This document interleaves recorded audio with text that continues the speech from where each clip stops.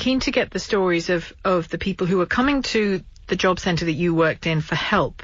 Yeah. And those who were on the receiving end of what you've essentially presented as cruelty, really, and cold-heartedness and a target-driven culture, not a person-driven culture. Certainly. I mean, I can actually pinpoint it to one particular day when, again, towards the end of, say, 2012 into 2011, that we were given lists of customers to call in or to send immediately, as it were, dispatch immediately to the work programme, which is the government support, I use that term loosely, for customers on job seekers, ESA, all the different types of benefits.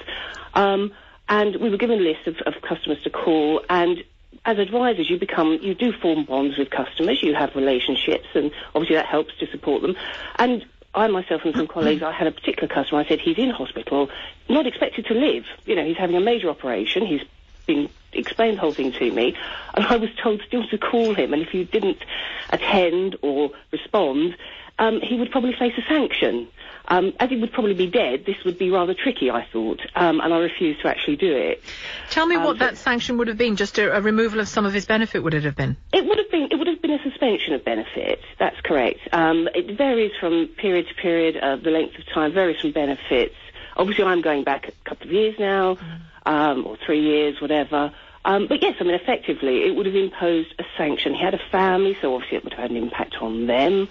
Some of the customers I'm talking about, are people who were, perhaps very unwell, live vast distances. I mean, some of these job centres, they're not like literally 5 minutes around the corner from people. Some entail perhaps getting 3 or 4 buses from about 60 miles away.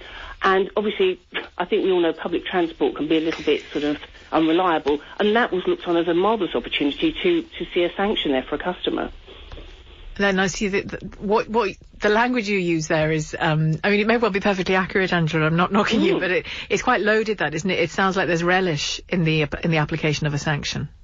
Well, I wouldn't even say relish. I mean, targets in all businesses exist. I mean, I've worked in lots of different industries and companies, and this is one of the things I think the government is being very sort of, dishonest about, because of course there should be targets and accountability, especially when you're dealing with public money, but it's the way it's done and the way the look at the sanctions, it wasn't done in a genuine way and an honest way and a straightforward way. It is done to meet political, financial targets, essentially. That's in my experience.